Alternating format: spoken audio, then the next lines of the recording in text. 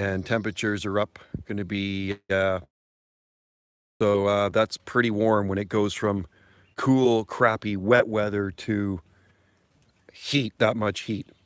So there is actually a heat warning. And I don't know if I'm going to like that or not. I don't think I actually am going to like it because the garden has done so well. The garden is so happy right now that I think some things are going to suffer. I think some plants are definitely going to suffer. Gardenia, going to love it. You know, the heat-loving plants are going to just absolutely love the heat blast we get. And it's funny, last June of last year, at the end of June, we had that heat dome. They called it a heat dome.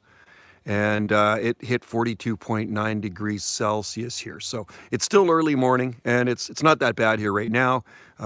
It's around 57 degrees Fahrenheit, early morning, right? So I think today is probably going to be up maybe mid 20s Celsius, which will be low 70s, something like that. So that's okay for me. It doesn't need to be hotter than that.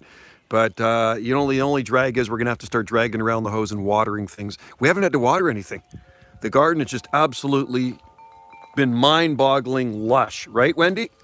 The garden will probably take a little bit of a hit, like your hydrangeas and plants that actually prefer the cooler weather are probably going to suffer just a tad bit when that heat blast comes. So anyway, stay tuned for an update. I love mornings. Mornings are kind of like the best time for me.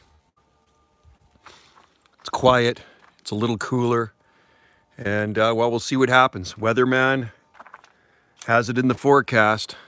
Heat is coming to the southern Gulf Islands. About bloody time we didn't have a spring. All right, guys, look at the Fatsias. And see, the Fatsias love it too. Last year they burnt up in the heat. They burnt up in that heat at the end of June. We don't want that. We don't want any burnt Fatsias. Burnt Fatsias are no good. I mean, right now they're just looking absolutely flawless. And the ones from last year recovered, right? Those ones got sunburn on them. That one really burnt up badly, that variegated one. And that seemed to do okay. The Butylon, the flowering maple.